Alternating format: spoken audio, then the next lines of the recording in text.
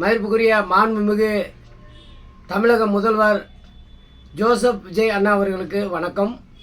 அண்ணா, 15 நாட்களாக அரசு அலுவலகங்களில் லஞ்சம் லாவணியம் வாங்க பயந்து கொண்டு மிகவும் சிறப்பாக பணியாற்றுகிறார்கள்.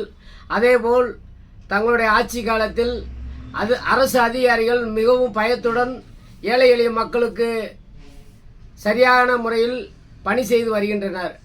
ஆனால் இருந்தாலும் கூட தாங்கள் விருதுநகர் மாவட்டத்தில் 46 ஒயின் ஷாப்பை மூட வேண்டும் என்று அரசாணை வெளியிட்டிருந்தீர்கள்.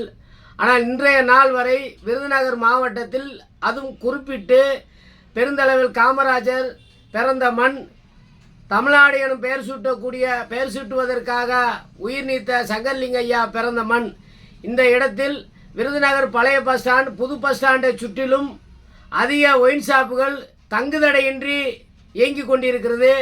இதனால் பஸ்ஸில் பயணிக்கும் பயணிகளும் மற்றும் அந்த சாலையில் கலக்கக்கூடிய பள்ளி மாணவ மாணவிகளும் அரசு மருத்துவமனைக்கு போகக்கூடிய முதியோர்களும் மிகவும் அச்சத்துடன் இருக்கிறார்கள்.